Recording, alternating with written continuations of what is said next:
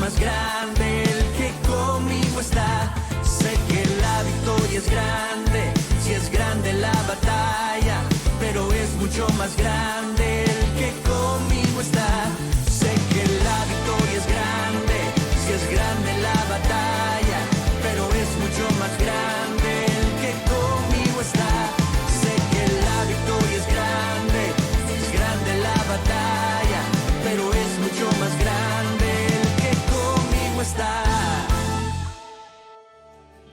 Bueno, hoy vamos a estarte entregando una segunda prédica sobre lo que es el devocional Tiempo con Dios, que lo hemos estado haciendo desde el 2007. Y si tú, no importa la plataforma por la que nos estés viendo, si quieres seguirnos paso a paso con este devocional, yo lo subo a mi cuenta de Facebook y a mi cuenta de Twitter, que ahora se llama X. Un devocional todos los días que te puede edificar. Comenzamos haciéndolo y lo veían como 5 personas. Hoy se conectan más de 100,000 personas a cada uno de esos mensajes. Hoy vamos a estar hablando sobre algo bien importante. Nosotros confundimos lo que es el castigo con la disciplina. Creemos que disciplina es castigo, pero disciplina es simplemente una enseñanza. Es una materia que tenemos que pasar, ¿verdad? Y por eso a veces somos disciplinados por Dios y casi siempre la mayoría de la gente se enoja con Dios cuando Dios los está disciplinando, pensando que Dios los está castigando. Y hoy vamos a aprender que una cosa es el que Dios no te discipline y tú pienses que, Dios me ama. Y vas a aprender de que cuando Dios no te disciplina es porque Dios te abandonó, te soltó. Y cuando Dios sí te disciplina es porque Dios quiere seguir trabajando contigo. Y agarramos a estos dos personajes, a Esaú y Jacob. Esta prédica te va a enseñar muchísimo. Espero que te edifique.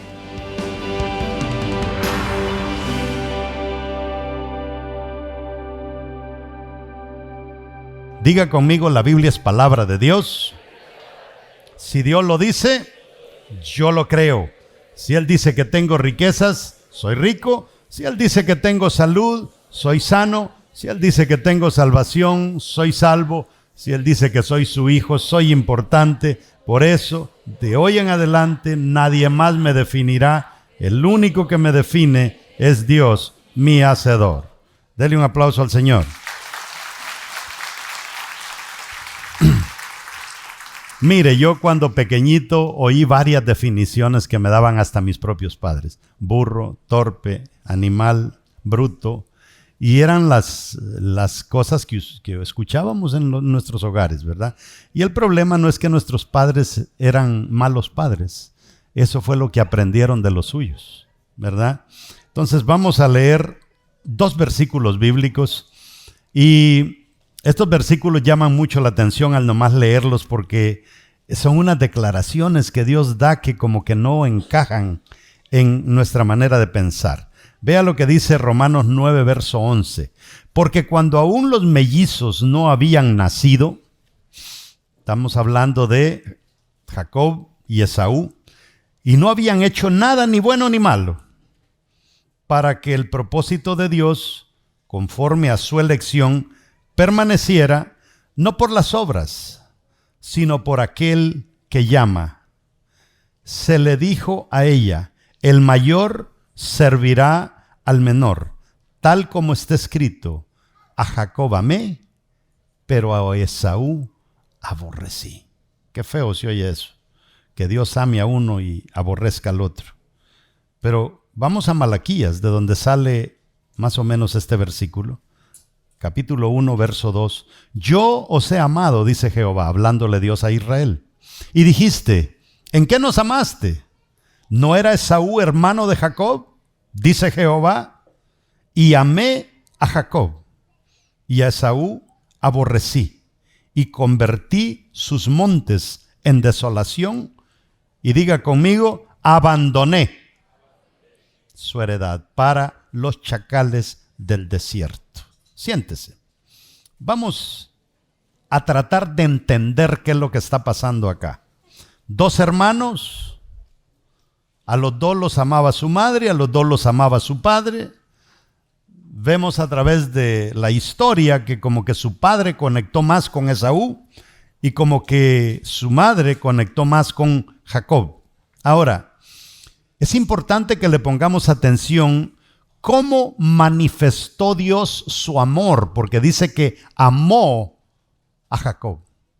Y cómo manifestó Dios su odio en contra de Esaú. ¿Cómo se debe manifestar el amor por un hijo según esta historia? Tomando el ejemplo de Dios. O sea, no es un ejemplo del pastor Morales, es cómo Dios trata a una persona que ama y cómo Dios trata a una persona que desecha. Entonces, ¿cómo manifestó Dios su odio a Esaú? Lo vamos a ver el día de hoy. ¿Qué le estamos diciendo a nuestros hijos cuando no los corregimos? Porque ese es el centro del asunto. ¿A quién corrige Dios y a quién Dios no corrige? ¿Cómo interpretamos nosotros la corrección y cómo interpretamos el no ser corregidos? A veces nosotros, mire, aquí en esta nación entró una ola de cambiar la forma de corregir a los hijos y que por cualquier cosita había que darles una recompensa, recompensarlos por todo. Y terminó mal. Entonces la palabra del Señor nos habla cómo Dios expresa su amor hacia sus hijos, cómo Dios, qué significa la corrección de Dios hacia nosotros. Y los que tienen sus bosquejos, si usted no tiene uno, levante su manito y se lo van a hacer llegar ahí. Esto es lo bonito. Yo desde que comencé a pastorear esta iglesia siempre doy un bosquejo, porque yo sé que algunos de ustedes lo van a tirar directo al basurero. Otros lo usan para las células y ahí queda en usted qué hace de ellos. Pero el punto número 1 que quiero tratar en esta prédica es ¿a qué se debe este comentario de parte de Dios? Que Dios dice, a uno amé y al otro odié. La profecía que leímos en Malaquías se basa en 7 preguntas que el pueblo de Israel se está haciendo. El pueblo de Israel se ha rebelado en contra de Dios, se ha vuelto rebelde y Dios le habla al pueblo de Israel. Entonces, si usted va a Malaquías, va a encontrar 7 preguntas que el pueblo le hacía a Dios. Y estas preguntas revelan su corazón incrédulo, pecaminoso del pueblo de Israel. Entonces, al analizarlas nos damos cuenta de que son las mismas preguntas que muchas personas están haciendo hoy en día. La primera pregunta que surge es Malaquías capítulo 1, verso 2, ¿en qué nos amaste? O sea, cuando el pueblo de Israel oraba y le decía, oh Señor, ¿en qué nos has amado? Y eso corresponde a algo que hoy en día escuchamos a muchas personas decir, Dios se olvidó de mí. ¿En qué nos has amado, Señor? Esa era una de las preguntas que el pueblo de Israel le hacía a Dios y se la seguimos haciendo el día de hoy. La segunda pregunta es, ¿en qué hemos menospreciado tu nombre, Señor? Y eso tiene que ver cuando hay personas que caen en aquello que dice, yo creo en mi Diosito. Pero ahí termina todo. Yo creo en Dios, sí, pero ahí termina todo. Y entonces esas personas que creen que basta confesar yo creo en Dios para tener una relación, son los que se hacen esta pregunta, ¿en qué hemos menospreciado tu nombre, Señor? Menospreciar quiere decir asignarle menos valor de lo que debemos de asignarle a algo. La tercera pregunta que se están haciendo el pueblo de Israel es ¿en qué te hemos deshonrado? Y hay personas que dicen todo, yo no le fallo a mi Diosito. Y son unas bolas de sinvergüenzas, ¿verdad? Pero ellos son santos, ¿verdad? Y lo mismo pasaba entonces y lo mismo vemos hoy. La cuarta cosa es ¿en qué le hemos cansado? Y a veces nosotros decimos, es que Diosito no tiene por qué cansarse de mí si yo soy bueno. Pero esto está pasando allá y sigue pasando hoy en día. La quinta pregunta que se hace Israel, ¿en qué hemos de volvernos? O sea, ¿en qué hemos fallado? Y eso es lo que oímos hoy en día. Yo estoy bien con Dios. Y seguimos viendo patrones raros de conducta en ellos. Y la sexta cosa es en qué te hemos robado. Es cuando Dios les dice, en el diezmo me habéis robado y en las ofrendas. Y a esto es para aquellos que dicen, no, es que eso es el diezmo del Antiguo Testamento. Y mi pregunta, ¿cómo es que no darle a Dios es un robo en el Antiguo Testamento, pero ya no es un robo en el Nuevo Testamento? Porque esta porción bíblica literalmente declara que no darle a Dios los diezmos y las ofrendas nos pone en categoría de ladrones. ¿Cómo puede ser que ser un ladrón allá ya no es un ladrón acá? Eso me suena como a un presidente que dijo hace poco, ¿verdad? Él dijo que si cambiamos la definición de lo que es un delincuente, así vamos a acabar con la delincuencia. ¿Quién lo dijo? Ya usted sabe, ¿verdad? Y la última pregunta es, ¿qué hemos hablado contra ti, Señor? Y eso es para las personas que dicen, yo no me quejo contra Dios. Entonces el pueblo de Israel se está quejando en contra de Dios, que Dios no nos ama, que Dios no está con nosotros. Y cuando Dios les dice que a Jacob amó, ¿qué es lo que Dios está diciendo? ¿Qué no entienden ustedes, pueblo de Israel, que yo amé a Jacob? Lo que les está diciendo es que vienen descendientes directos de Jacob, y Jacob tenía una gran desventaja, no era primogénito, por lo tanto no era dueño de la bendición. Y Dios lo que les está diciendo es, ¿qué es lo que no pueden entender ustedes? Que se le quitó la bendición al primogénito Esaú, se le dio la bendición a Jacob, y de Jacob vienen ustedes con esa gran bendición de ese linaje tan privilegiado que no siendo primogénito, yo lo hice primogénito y ustedes se están quejando de mí, que yo no soy un buen Dios con ustedes. Y eso se parece a lo que hacemos nosotros ahora. Es que Dios no nos quiere, es que aquí, que allá, y Dios no tiene razón para relacionarse con nosotros, porque nosotros no somos el pueblo escogido.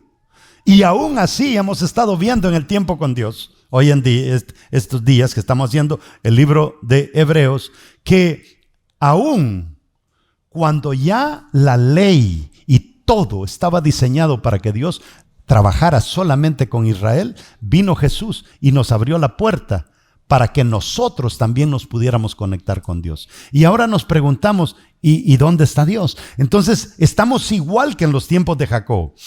Jacob nunca debió ser escogido, era imposible. Pero por Dios desechar a Saúl es que Jacob es escogido, y gracias a eso Israel existe. Gracias a eso, quizá usted esté aquí hoy. Gracias a eso nosotros podemos creer en Dios hoy. No era para nosotros. A lo suyo vino, pero los suyos no le recibieron. Y como los suyos no le recibieron, se abrió la oportunidad para nosotros. ¿Está conmigo hasta ahí? La segunda cosa. Definición de amar y aborrecer. Porque suena feo de parte de Dios decir esas cosas. ¿Qué quiere decir Dios con que amó a uno de los hermanos y odió al otro? Vamos a entender bien esto. Amé, cuando se usa esa palabra, a uno amé, la palabra que se usa en griego, en Romanos, es la palabra agapao.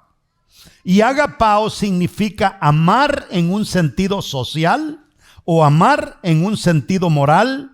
Podríamos decir también amar en un sentido ministerial.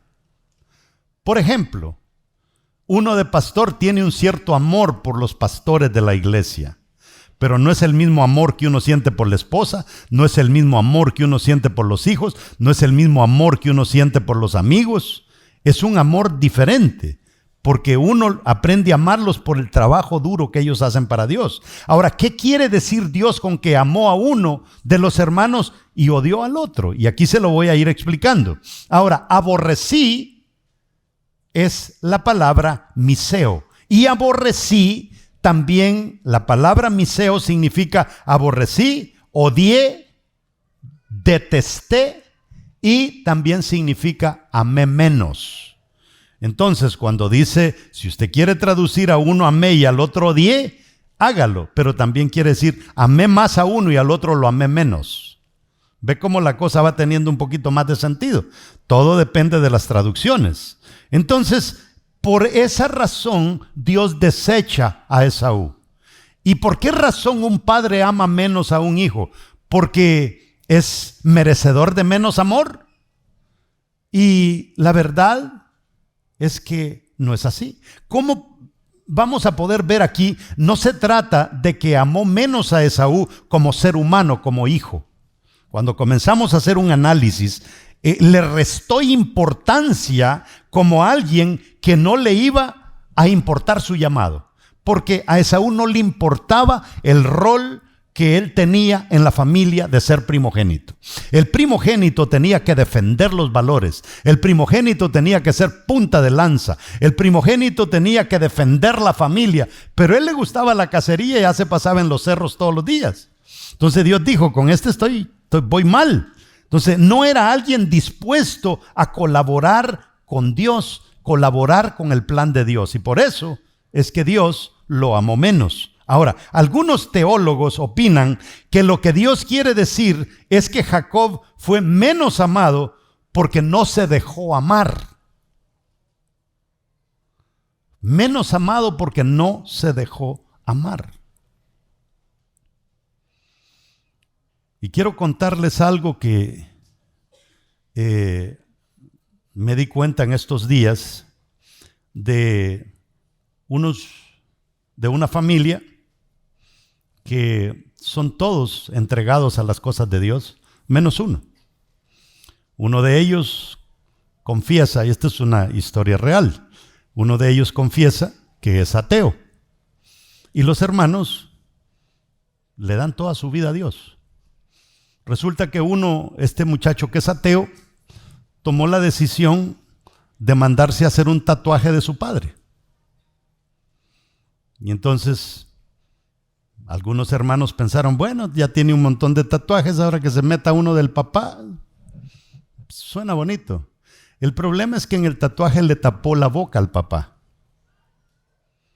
Y cuando se le preguntó por qué le tapó la boca al papá, dijo, porque nunca me dijo nada bonito, nunca me dijo palabras de amor. Entonces la pregunta es, ¿por qué anda el tatuaje del padre? ¿Anda el tatuaje del padre porque amó al padre? ¿O anda el tatuaje del padre porque detestó al padre? Y aquí es donde viene la pregunta. Si todos los demás hijos son buenos y dedicados al Señor y amaron a su padre, ¿cómo es que uno sale de esta manera? Y la pregunta es, quizá nunca se dejó amar. ¿Me está entendiendo?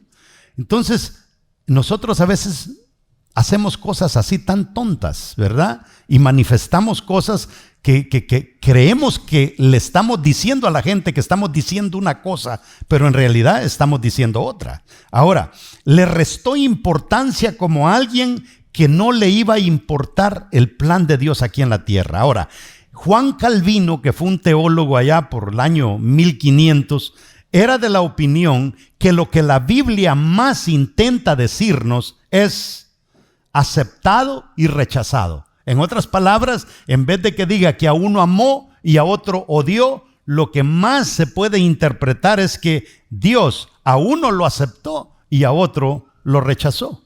Como el que era primogénito lo rechaza y por eso Dios permite que la primogenitura de Esaú venga sobre Jacob. Que a nuestra comprensión, o sea, la forma en que deberíamos de entender los términos es, ¿verdad?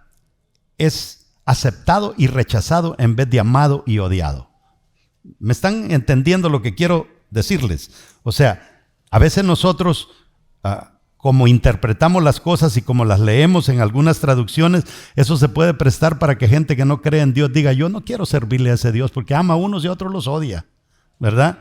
Pero hay que intentar. Ahora, dice la palabra, porque cuando aún los mellizos no habían nacido, o sea, no habían cometido ningún error, no habían hecho nada, ni bueno ni malo, para que el propósito de Dios conforme a su elección permaneciera. ¿Cuál es el problema aquí para Dios? Que su propósito permanezca. ¿Y qué es lo que está haciendo Esaú? Alejándose de su propósito. ¿No es eso exactamente lo que hacemos nosotros? Que Dios nos hizo bien, perfectos, nacimos sin ningún error. Y de repente comenzamos a ser rebeldes, comenzamos a querer meternos en el mundo de las drogas, en el mundo de las pandillas, en el mundo de andar robando. Y sin darnos cuenta, nos estamos alejando del propósito de Dios. Entonces Dios llega a un momento en que dice, es que este no quiere entender. Y especialmente cuando Dios lucha y nosotros seguimos con la misma postura de llevarle la contraria. Y dice, no por las obras, sino por aquel que llama. Esto no tiene mucho que ver con lo que él hacía, sino con el llamado que Dios tenía para Esaú. Entonces Dios dice, no puedo trabajar con el muchacho. La pregunta es que a veces tenemos bastantes Esaús dentro de la iglesia, que nos acostumbramos a venir a la casa de Dios, a sentarnos, a escuchar palabra, y eso está bueno, pero hay más que eso. La vida cristiana se trata de servir. Si nosotros no estamos sirviendo en las cosas de Dios, literalmente estamos de vacaciones en la iglesia. Estamos nada más matando el tiempo. Ahora, este versículo nos deja claro que el tema aquí es un tema de propósito. Dios lucha por hacerte entender que hay un propósito para ti en la tierra. Yo nunca he visto un carro Toyota robándole el símbolo de Nissan a un Nissan y pegándoselo para decir, yo quiero ser Nissan. ¿Verdad que no? O a un Mercedes robándole la plaquita a un BMW.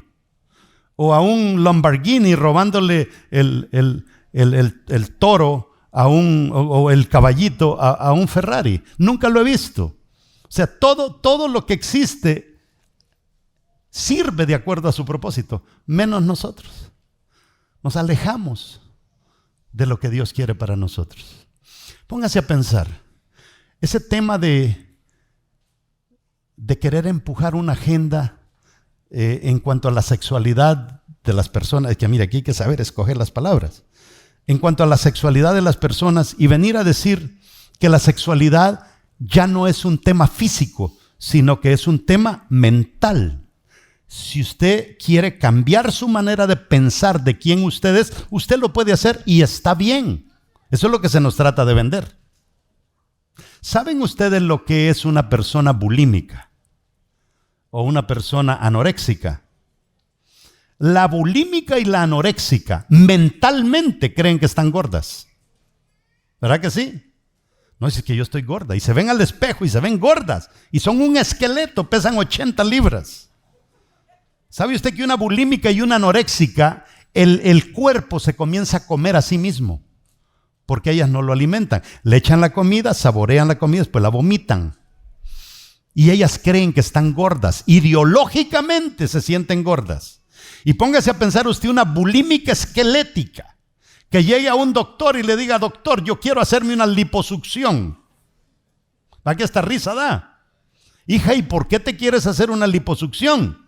Porque es que estoy gorda. Y el doctor le va a decir, hija, estás flaca, estás al borde de la muerte si sigues así. Y dice, no, estoy gorda. ¿Le va a hacer una liposucción el doctor, sí o no? ¿Sería correcto que se la haga? No, lo meten preso. ¿Qué hace el doctor? La refiere a un psicólogo porque es un problema psicológico. Pero alguien puede venir y decir, mire, yo físicamente soy hombre, pero quiero cambiar, córteme el aparatito. Y el doctor, venga, 100,000 pesos. Y no es prohibido. Mire cómo está este mundo. O sea, cómo Dios no se va a molestar con algún grupo de personas en algún momento. Hay una historia real. Esta mujer en España dijo, yo soy hija de Pablo Picasso. Pablo Picasso, el pintor. Y dijeron, la familia por Pablo Picasso era Pablo Picasso, si solo un cuadro se ha vendido por millones de dólares. Y entonces dijeron, bueno, aquí hay una solución para ver si en verdad es hija de Pablo Picasso o no. Hagámosle un examen de ADN. ¿Ok? ¿Qué es lo que se le va a hacer? Un examen de algo físico. Y bueno, dijo, háganmelo. Y le hacen el examen de ADN y resulta de que no era hija de Pablo Picasso. Y se acabó el asunto. ¿Gracias a qué? A un examen de ADN. Algo físico de esa persona determinó que no era hija de Pablo Picasso. Pero cuando vamos a la ideología ahí sí, algo físico no vale nada. Es lo que tú piensas. Ese es el mundo en el que estamos viviendo. Y sin darnos cuenta, cuando una persona hace eso, va en contra de su identidad, algo que Dios le dio. Y cuando tú te alejas de tu identidad, te alejaste de tu propósito. Y cuando te alejaste de tu propósito, Dios dice, suelto este pícaro, necio. Lo mismo pasó, lo que pasó entre Dios y Jacob y Esaú, es lo mismo que pasó cuando Jesús vino a la tierra. Los fariseos, los saduceos, los escribas decían, nosotros somos los encargados de los temas religiosos. Fuera de nosotros no hay otro. Y viene Jesús a querer, pues, fundar la iglesia y este nuevo pacto, donde iba a incluir a más que los judíos. Y los fariseos, ¿qué hicieron? Atacar a Jesús. Los saduceos, ¿qué hicieron? Atacar a Jesús. Los escribas, ¿qué hicieron? Atacar a Jesús. Los sacerdotes, que eran los líderes, ¿qué hicieron? Hacer que colgaran a Jesús. Ahora, según ellos estaban en lo correcto. Pero, ¿qué hizo Jesús? Los desechó. Y comenzó lo que ahora nosotros conocemos como iglesia. ¿Está entendiendo este asunto? ¿Cómo hemos profundizado ahí un poquito? Ahora, Dios quiere que Israel compare a los israelitas con el grupo que sale de Esaú, se le llamaron edomitas. ¿Cómo se le llamó? A todos los descendientes de Esaú se les llamó edomitas. Entonces Dios quiere que Israel compare a los israelitas con los edomitas y se van a dar cuenta de la gran bondad de Dios con Israel. Porque si vamos a analizar la tribu de los edomitas y vamos a analizar a Israel por el amor de Dios, hay una diferencia abismal entre los dos. Los edomitas quedaron allá abandonados. Israel todavía es una gran potencia hoy en día. Amados hermanos, Israel tiene 12 millones de personas en Israel, más los que tiene en diferentes partes del mundo. Y hay aproximadamente 1.9 billones de musulmanes con todo el dinero del petróleo. Y no pueden hacer que Israel se les hinque, sino que Israel no se deja imponer. Esos 12 millones, ese país tan chiquito, los salvadoreños que están aquí podrán entender, es casi del tamaño del Salvador. Tiene de rodillas a todos los musulmanes. Y eso, todo tiene que ver con esta bendita historia de Jacob. Y los edomitas, quién sabe dónde están hoy. Ahora, hoy Dios quiere que nosotros comparemos cómo vive el mundo y cómo vivimos nosotros, porque el mundo lo desechó. La tercera cosa que quiero tratar hoy es cómo manifestó Dios su enojo, su enemistad con Esaú. Esto es bien interesante. Y este es como el centro del mensaje. Abandoné su heredad, dice Dios. ¿Cómo cuando ya tú no le haces caso a Dios y cuando eres un terco, cuando eres un burro, macho sin dueño? ¿Cómo manifiesta Dios su enojo en contra tuya? Te abandona. O sea, haga lo que quiera. Haga lo que quiera. Mire, si quiere hacerse del otro bando, dele, rienda suelta. Quiere hacerse drogadicto, dele. Ahora, de nada sirve tener riquezas si éstas han sido abandonadas por Dios. Lo que la gente no entiende es que dice, yo me voy a meter a hacer dinero. Y sin darse cuenta, dejaron el ministerio y dejaron a Dios por ir a hacer dinero. Y lo que pasa es que ese dinero no está siendo bendecido por Dios. Dios lo abandona. No hay protección, no hay bendición sobre eso. Entonces, la clave es que lo que tenemos sea bendecido por Dios. Mire, si uno tiene 10 millones y lo que usted tiene son $10,000, pero están bendecidos esos 10,000 por Dios, usted va a llegar más lejos con esos $10,000 que el otro con 10 millones. Porque está esa protección divina, esa bendición divina. Y a veces nosotros ponemos la mente en los 10 millones. No, hay que poner la mente en la bendición de Dios. Esa es la clave. Ahora, Dios dijo, no me voy a meter en la vida de Esaú. Hay que viva a su manera. Lo dejó a sus anchas. Nunca lo corrigió. Y hay gente que dice, es que mi Diosito a mí me ama porque yo cometo errores y Él no me hace nada. ¿No será que te abandonó?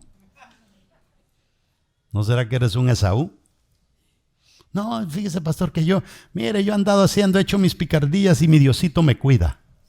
No, su Diosito lo abandonó. Ahora, Dios nunca corrigió ni disciplinó a Esaú. Entonces, padres, cuando es que yo amo tanto a mi hijo que Dios me libre de tocarlo. Usted no lo ama, usted lo odia.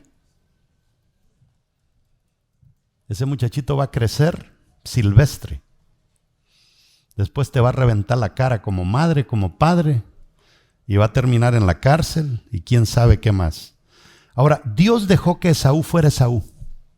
No se preocupó por su santidad. Nunca intervino en su vida. Eso es lo triste de que Dios amó menos a Esaú. Porque el tipo no se dejaba corregir. Le cortó el lazo a Esaú y lo dejó vivir, como decimos en algunos países de Latinoamérica, como macho sin dueño. Que viviera su vida a sus anchas. Eso es peligroso. Ahora, ¿qué pasa cuando de repente la gente dice, es que a mí, yo a veces hasta creo que Dios no está conmigo porque me pasa esto, me pasa el otro y me pasa el otro? Y eso es lo que vamos a aprender ahora. Y aquí es donde mucha gente se equivoca. Dios dejó que Esaú fuera el Esaú. Ahora, por todo esto, aún suena un poco despiadado de parte de Dios el que amó a uno y desechó a otro. ¿Qué hizo de malo Esaú? Abdías muestra todo un capítulo. Capítulo 1, todo 21 versículos sobre la soberbia de Esaú y sus descendientes. Váyase al llegar a casa y lea el capítulo entero y se va a dar cuenta y va a decir, usted tenía razón, Dios. Y aquí le muestro parte de los hechos de Esaú y su gente. Abdías capítulo 1 versos 3 y 4. Solo le voy a leer 2 versículos. Has sido engañada por tu propio orgullo, porque vives en una fortaleza de piedra y haces tu morada en lo alto de las montañas. ¿Quién puede tocarnos aquí en las remotas alturas? Te preguntas con arrogancia. Pero aunque te remontes tan alto como las águilas y construyas tu nido entre las estrellas, te haré caer estrepitosamente, dice el Señor. Estos tipos eran rebeldes. Eran rebeldes en contra de Dios. Se subían a las montañas y decían, que me castigue Dios, pues, si es que existe.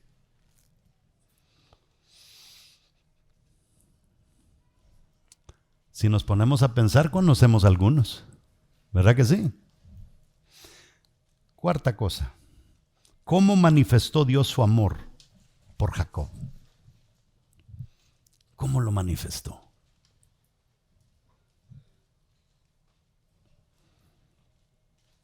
A Jacob, Dios lo tomó como hijo de dominio.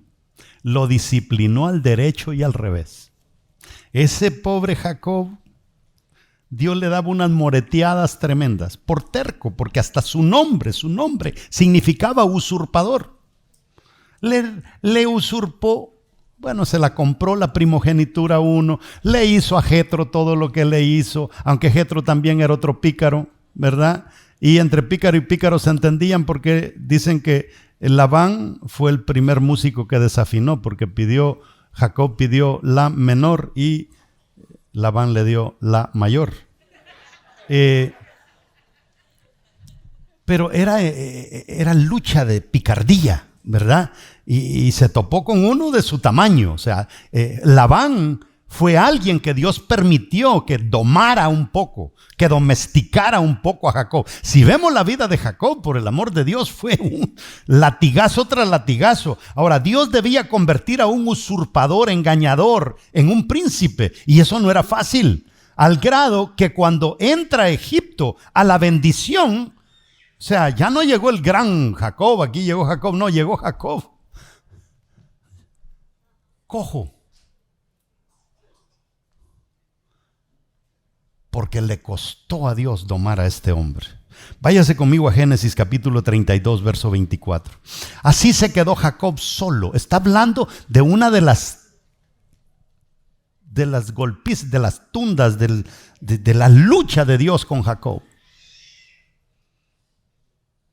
Mire lo que describe ahí. Así se quedó Jacob solo. ¿Cómo se quedó? Solo. Después de tanto lío que había armado allá con Labán y que una mujer de él hasta ídolos traía, él le daba igual. Y luchó con él, dice, un varón hasta que rayaba el alba. O sea, en otras palabras, ya el tipo ya había colmado el vaso. Y dice Dios, bueno, lo voy a domar. Mandó a un ángel a que le diera duro, pues. A que le diera duro. Y dice, y cuando el varón vio que no podía, pero quiero que vea arriba, dice, y luchó con él un varón hasta que rayaba el alba. O sea, comenzaron como a las 6 de la tarde el ángel a darse duro con Jacob. Y llegó las 6 de la mañana y todavía peleando. Imagínense. Y es tremendo cómo Dios agarró a este hombre. Ahora, muchos de nosotros nos ha ido mal en muchas cosas, pero eso que te ha ido mal lo interpretamos de diferente manera. Es que el diablo la trae en contra mía. No, es que Dios me está castigando. O sea, hay que entender cómo tú has sido de rebelde, cómo tú has aprendido a la primera lección que te dan, o has pasado el primer grado 40 veces y no te gradúas en la vida, ¿verdad? Y entonces Dios sigue luchando para ver cómo, ¿verdad?, nosotros entendemos esto. Y yo quisiera más o menos ejemplificar un poquito esto, pero no sé a quién escoger. Vente tú, hijo, el mexicano.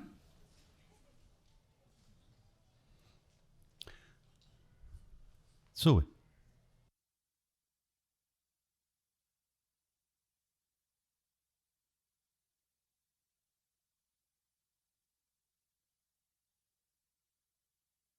Jacob, él andaba siempre en su onda. Le dice, Señor, yo quiero volver a mi tierra en paz como tú lo prometiste. Porque Jacob sí se acordaba que Dios le había prometido que iba a volver en paz allá a su hermano. Pero se le olvidaba lo que él le había hecho a Esaú. Y entonces, ¿qué es lo que sucede? Manda él unos criados y les dice, díganle a Esaú que le traigo regalos, le traigo vacas y esto y el otro. Y regresa el enviado de Jacob y le dice, Esaú viene en camino a recibirte también, solamente que trae un montón de hombres para matarte. Y dice que Jacob tembló, le dio miedo, y ahí fue cuando se juntó con Dios y se peleó. Pero quiero que entienda una cosa usted. ¿Quién es el que se está quejando en contra de Dios, que Dios le dice a Jacob amé y a Esaú detesté? ¿Quién es? ¿Qué pueblo es? Israel. Y aquí es donde nace todo. Entonces de repente Esaú dice que se quedó solo. Y cuando se quedó solo, lea conmigo, así se quedó Jacob solo y luchó con él un varón hasta que rayaba el alba. Entonces Jacob tranquilo y de repente ve el ángel de Dios, y el ángel de Dios se le viene encima, ¿verdad? Se le viene encima y se pone a pelear desde las 6 de la tarde. Y a veces estaba Jacob abajo, a veces encima. Y ¿sabe lo que le decía Jacob? Lea la historia y le dice: bendíceme, bendíceme, bendíceme. Eso era lo que él deseaba, y el ángel le daba vuelta otra vez. Y él: bendíceme, bendíceme. Y así pasaron, dice, hasta que rayaba el alba. Eran 5 o 6 de la mañana cuando el ángel le toca el muslo. Le toca el muslo. Aquí, tócame aquí. ¡Ay! ¡Ay! Hijo de pucha! Y ya Jacob se levanta. 5 de la madrugada. Cojo. Gracias. Cojo. Y mire lo que dice: y cuando el varón vio que no podía con él, mire qué lindo es Dios. Dice que el varón no podía con Jacob. ¿Cómo puede ser que Jacob sea más fuerte que el ángel de Dios? No, Dios no está para destruirnos. Dios está para que aprendamos la lección. Y la lección que Jacob tenía que aprender era que tenía que humillarse. Era que tenía que dejar al usurpador. Y dice: y cuando él vio que no podía con él, tocó en el sitio del encaje de su muslo y se descoyuntó el muslo de Jacob mientras con él luchaba. Ahora, ¿cuántos de ustedes trabajan aquí en factorías y hay un cartel que le ponen a uno en todo trabajo de cómo levantar una caja? Y le enseñan cómo pararse antes de levantar una caja. Porque al levantar usted una caja, la mayoría de personas que no la saben levantar, se dislocan exactamente esto. Y quedan rencos para el resto de su vida. Entonces te dan esa instrucción. Porque esta parte de aquí es la parte más fuerte y más dura que tenemos los seres humanos. O sea, hay otras partes que son duras, pero esto de aquí es como lo más fuerte. Entonces, lo que Dios le está dando a entender a Jacob es que Él le quiere dislocar aquella parte que Jacob no le quiere entregar al Señor. Y así nos pasa a nosotros. Hay áreas de nuestra vida que nosotros se las soltamos al Señor fácil, pero hay otras que no se las queremos dar. Y entonces cuando Dios le toca ese muslo, como que le está diciendo: suelta eso que no quieres soltar. Yo sé que es difícil y no voy a descansar hasta dislocarte esa área.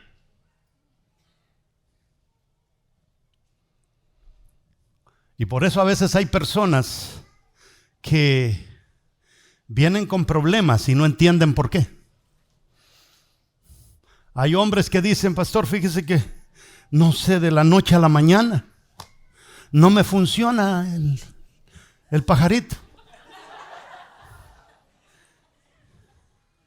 Y usted se pone a analizar, y en vez de decir: ¿será la alimentación? ¿Será que le falta a él que tome esto, que tome el otro? Antes que eso, hágase la pregunta: ¿cómo has sido de honesto con tu esposa? Y en la mayoría de las veces la confesión va a ser: es que yo me he acostado con la que se me aparece, pastor. Entonces Dios te da en la parte más fuerte. Ok, no me quieres entregar esa partecita, te la voy a paralizar. Y aunque le meta lo que le meta, el pajarito no despierta. ¿Por qué razón? Porque Dios te va a dar donde más tú te estás resistiendo. Pero sigamos leyendo, porque nos quedan ya 3 minutitos. Y dice: y dijo: déjame, porque raya el alba. Y Jacob le preguntó: no te dejaré si no me bendices. Y el varón le dijo: ¿cuál es tu nombre? ¿Y cuál era el nombre de él? Jacob, usurpador. Dice: ¿cuál es tu nombre? Y él respondió: Jacob. Verso 28. Y el varón le dijo: no, ya no te vas a llamar Jacob. De hoy en adelante tu nombre será Israel, porque has luchado con Dios y con los hombres y los has vencido. Esto está bien difícil de entenderlo. ¿Quién fue el que venció aquí? ¿Jacob o el ángel? El ángel, pero Dios le está dando el gane a Jacob. O sea, nos venciste, Jacob. ¿Por qué? Porque Jacob tomó la decisión de humillarse, de cambiar. Ahora cambia su nombre, ya no se va a llamar Jacob, ahora se llama Israel. Cuando tú tomas la decisión de humillarte delante de Dios, Dios te declara ganador y Él se declara perdedor. Me ganaste, hijo. Me ganaste. O sea, yo quería quebrarte las muelas, pero me ganaste. Eso es lo lindo del evangelio. Y Israel no podía ver esto, no conocía esta historia, no me había visto a mí luchar aquí con el ángel y no entendían que el nombre de Israel vino producto de una lucha directa con Dios y Jacob, y la disciplina a Jacob con tal de que Israel fuera bendecido. Y ahora ya están aquellos años después llorando, es que Dios no me quiere, es que Dios no sé qué, que no sé cuánto. Pero es que nosotros no nos podemos olvidar de la historia. Y el varón le dijo: no se dirá más tu nombre Jacob, sino Israel, porque has luchado con Dios y con los hombres y has vencido. Entonces Jacob le preguntó y dijo: declárame ahora tu nombre. Y el varón respondió: ¿por qué me preguntas por mi nombre? ¿Y qué dice? Y lo bendijo ahí. Y lo bendijo ahí. ¿Qué quiere decir aquí? Aquí es cuando literalmente Dios dice: es que amo a este cabezón. Y lo bendijo ahí. ¿Cuándo lo amó? ¿Cuando andaba de pícaro allá haciéndole trampa a Jetro? No. Cuando tomó la decisión de humillarse. Ahí dijo Dios: amo a este cabezón. Es que tú puedes haber sido el cabezón más cabezón de la tierra, pero en el momento en que te humillas, ese es el momento que cuenta para Dios. Y dices: que yo a este lo debería de desbaratar. Pero no sé, ha tocado mi corazón. Y llamó Jacob el nombre de aquel lugar Peniel, porque dijo: vi a Dios cara a cara y fue liberada mi alma. Peniel quiere decir cara a cara. Hasta que estuvo cara a cara con Dios. A veces nosotros andamos sirviendo a Dios de espaldas, de lado. Pero es diferente cuando Dios está cara a cara contigo. Te dice tus verdades y tú acatas los consejos de Dios. Y amados hermanos, no importa cuánto usted luche con Dios, Dios siempre tiene la razón. Dios siempre tiene la razón. Y es que a veces nosotros hemos heredado la fe de nuestros padres. Y como servían nuestros padres, así servimos nosotros. Como sirven nuestros amigos, así servimos nosotros. Y nunca se nos ocurre que podría haber un momento en que yo quiera tener una relación con Dios totalmente diferente a todos los demás. Y seguimos haciendo lo mismo y repitiendo lo mismo y repitiendo lo mismo. Por eso es que los grupos de las iglesias agarran la canción que cantó aquel, se la aprenden y la tocan. Agarran la del otro, se la aprenden y la tocan, porque es una repetidera. Pero es diferente cuando venimos a nuestro Dios y le damos una alabanza nueva. Fíjense que en Canadá se desató una pregunta y a alguien se le ocurrió medir en Canadá la distancia entre un riel del tren y el otro, y tiene 1.4 metros. Y comenzaron a hacer la pregunta y fueron a las autoridades gubernamentales. ¿Por qué todos investigaron? En Estados Unidos, ¿cuánto mide la distancia entre un riel y el otro? 1.4. Y en Canadá, 1.4. Y en India, 1.4. ¿Y por qué los rieles están a 1.4? Y fueron autoridades del gobierno y dijeron: no sabemos. No sabemos. Fueron a las autoridades de transporte y preguntaron, oye, ¿y por qué es que los rieles están a 1.4? Y los meros en transporte dijeron: no sabemos, porque cuando tiran unos rieles de tren, si está a 1.5, dicen: no, eso está malo, regréselo a 1.4. ¿Por qué? Y se dieron cuenta y se van hasta los años viejos, cuando las casas estaban tan cerquita que lo único que podía pasar por ahí era una carreta, y se llegó a la conclusión que el ancho de las calles que más predominaba es que la carreta tenía que tener una llanta distanciada de la otra 1.4 metros. Y por eso los rieles del tren están a 1.4 y nadie sabe por qué. Así nos pasa a nosotros a veces en nuestra relación con Dios. No, es que tiene que ser 1.4. Pero ¿y quién dijo pues? ¿Por qué tengo que adorar como ellos adoran? ¿Por qué tengo que adorar? ¿Por qué no entablo mi relación con Dios única, personal? Y allí es cuando vemos la manifestación de Dios. Cuando no queremos ser igual que el montón. Por eso a veces puede haber una congregación llena, pero uno hizo la diferencia, vino a clamarle al Señor, a llorar. Él sale de aquí diciendo que sentí la gloria de Dios, y todos los demás dicen, allí no se siente la gloria de Dios. Entonces esta historia es bien interesante. No creas que la meta de Dios en tu vida es hacerte rico. No es darte toda la salud, darte toda la prosperidad. No es darte una mejor vida ahora. La meta de Dios es tu santidad. Que seas alguien de principios, que seas alguien de valores. Eso es lo que a Dios le interesa. Sé santo, practica principios, practica valores. Y por hacer eso vas a ser rico.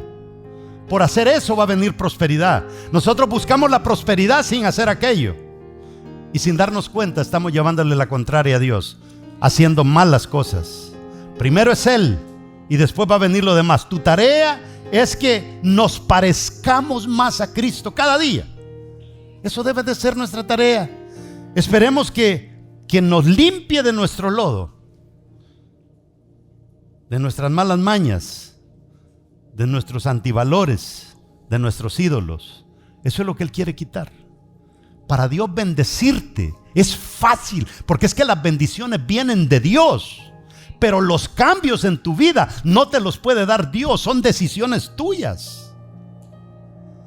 Es más fácil que Dios te bendiga que nosotros dejemos nuestras mañas. Porque el ser humano es duro. Por eso Dios dice, no me queda otra que desechar a algunos de ustedes. Póngase de pie. Él hará todo lo necesario para transformarte y que poco a poco vayas adoptando esa imagen de Cristo. Por un lado tenemos los que cuando Dios vemos que nunca los corrige, y a veces pensamos que son los niños bonitos de Dios, ¿verdad? Y por el otro lado a otros que cuando experimentan la disciplina de Dios es que dicen, es que Dios la trae conmigo, Dios no me ama. Es más, llegan a pensar que Dios los detesta. Y lo que está pasando es totalmente lo contrario. Al que Dios detesta es al que no corrige. Lo corrigió un montón de veces, al grado que vino a disfrutar la promesa, pero cojo. Y así nos pasa a muchos de nosotros. Mire, muchas personas cuando vienen a Cristo vienen todos tatuados, reventados. Otros vienen ya todos viejos, todos... problemas del hígado, problemas de los riñones, problemas de riuma. Cuando pudieron haber venido al Señor, sanos, jóvenes, y darle lo mejor a Dios. Y aún así Él nos agarra. Por eso es que hay muchos que vienen, me entregué al Señor. ¿Y por qué te entregaste? No sé, pero me dio una gran riuma que ya ni puedo caminar y pensé que lo mejor que me quedaba era acercarme a Dios. ¿De qué le puede servir al Señor así? Pero aún así es el Señor, bienvenido.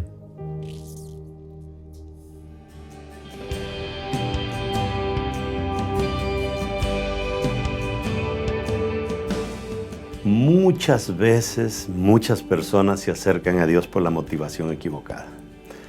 Se acercan esperando pues una vida bendecida, prosperidad, salud, una gran familia. Y literalmente lo que Dios primero busca de nosotros es santidad, esa dedicación de corazón hacia Él. Y todo lo demás lo va a hacer Dios. No busquemos dinero, el dinero es una consecuencia. No busquemos prosperidad, esas son consecuencias. Hay que ir al meollo del asunto. Y el meollo del asunto es buscar santidad, esa buena relación con Dios. Eso lo hacemos nosotros. Lo que Dios hace es prosperarnos. Y si buscamos primero esta cosa tan importante como lo es la santidad, lo demás lo va a hacer Dios en tu vida. Y si tú no te has acercado a Dios, no te has conectado con Él, ¿por qué no lo haces? Yo voy a hacer una oración y te invito a que la hagas conmigo. Y si has sido cristiano y te has apartado también, hazla conmigo. Di: Señor Jesús, reconozco que he pecado, pero te doy gracias, mi Dios, porque tú enviaste a tu Hijo a que diera su vida por mí. Gracias por cada gota de su sangre que derramó en la cruz. Y Señor, gracias por borrar mi nombre del libro de la condenación y por ahora hacerme salvo. Señor, bendigo el nombre de Jesús por tan gran hazaña de dar su vida por mí. Amén. Si hiciste esa oración, te has conectado con Dios. Ahora resta que te plantes en una buena iglesia. Y cuando decimos buena iglesia, porque hay gente que me pregunta, ¿qué es una buena iglesia? Bueno, una iglesia que esté haciendo la diferencia en la ciudad, en el pueblo. Que no sea una iglesia solamente con presencia, sino que sea una iglesia que tenga influencia. Y yo te garantizo que si te preparas, si te pules, si te afilas, vas a hacer cosas sobrenaturales en los caminos del Señor. Todos ustedes que me han escuchado, gracias. Y que Dios me los bendiga en el nombre poderoso de Jesús. Amén.